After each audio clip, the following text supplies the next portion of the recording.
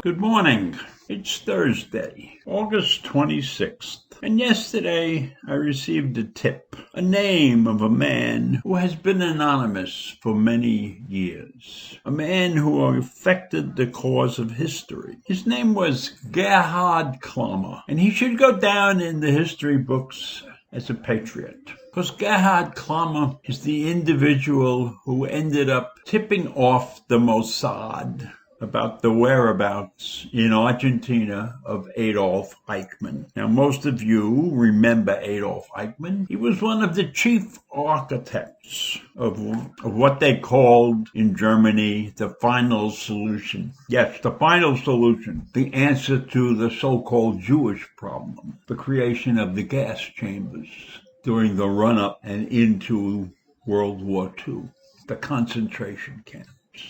So Gerhard Klammer was an anti-Nazi. He was a German, but he was an anti-Nazi. It's been over 60 years since the information that Klammer had was given to the Israelis, to Mossad. Now, Klammer had ended up in Argentina and was working at a company called the Capri Building Firm, which was in the Argentine city of Tucumán. And that's where he met Eichmann. Eichmann also ended up with the job at the Capri Building Firm. And it was in the early 1950s that Eichmann, working under the fictitious name of Ricardo Clement, was spotted by Klammer. And Klammer made multiple anonymous attempts with both the German authorities and the Argentine authorities about who Eichmann was. And there were many Germans in Argentina who were aware of Eichmann's identity, because Eichmann was one of the chief architects of the final solution. And many Nazis who escaped to Argentina were well aware of his career in the SS, and they knew. And actually, Eichmann had been caught at the end of World War II. And he was in a prison camp, but he escaped. And he got to Italy and several other places before he ended up in Argentina. So this was no, I don't want to call him anything except a skunk, but this was no dummy. And so for many years, Klammer had tipped off different people, that Eichmann was actually in Argentina. But those tips went nowhere. And because Klammer was an anti-Nazi, he was attempting to make sure that Eichmann paid for his war crimes.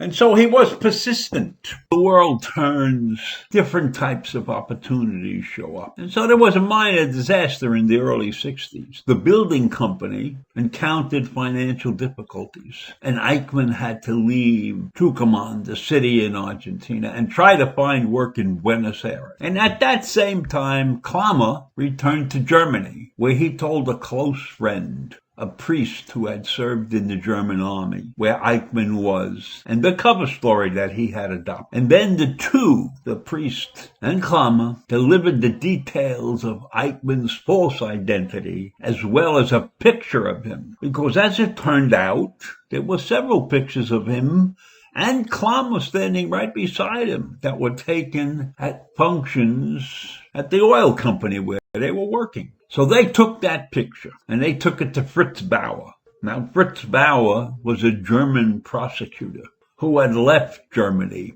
right before the war broke out, but he had returned to Germany after the war ended. Now, for some reason, Bauer had already heard about Eichmann's whereabouts from a German Jew whose daughter had dated Eichmann's son. And Eichmann's son was very proud of his father and told the young lady all about him, and even told her about his new secret identity. And Klammer's evidence, the photographs, that they gave to Bauer that proved that Eichmann was alive and in Argentina was all that Bauer needed to get in contact with the Mossad. And the Mossad's agents started searching for Eichmann, eventually locating the killer, the mass murderer, in a small town near the Argentine capital of Buenos Aires. It astounded me. There were many in the international community that were against Israel trying Eichmann. They were against it because they claimed Israel did not exist during World War II. They were not a nation during World War II. They didn't become a nation until 1948. And therefore, they felt they didn't have the legal right to try Eichmann. But the Israelis ignored the public opinion that was against them. And Eichmann actually defended himself, claiming he wasn't anti-Semitic. But he was just following orders. Where have we heard that before? I wouldn't have done it, but it was my job. I had to follow those orders. And there were many who wanted him tried in Germany, but Israel wouldn't give in. At stake was not only justice, but also honor, as well as an opportunity to educate a new generation about the Holocaust and the evils of the Holocaust. And we all know these days that there are many who are Holocaust deniers. And so Israel took every step to defend their honor and remind people of the deeds that were done to the Jews during World War II. And I'm glad this story breaks now, because we need as much evidence out there to perhaps slow the anti-Semitism that is running wild in this country and around the world. So we need probably another episode to remind the latest generation about the Holocaust and about the evils of anti-Semitism. Imagine that a man like Eichmann could deny he was an anti-Semite.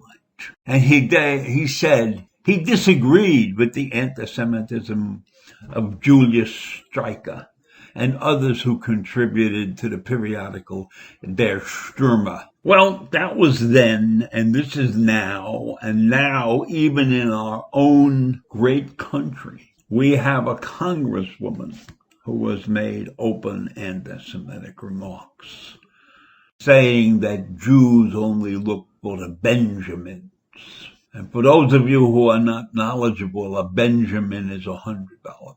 So there's anti-Semitism in the world, and I don't know that it's ever going to stop. But I'm glad to have the opportunity to talk about Gerhard Klammer and the people that he worked with to get Eichmann caught. So that's it for today, and I'll see you in the morning. Bye.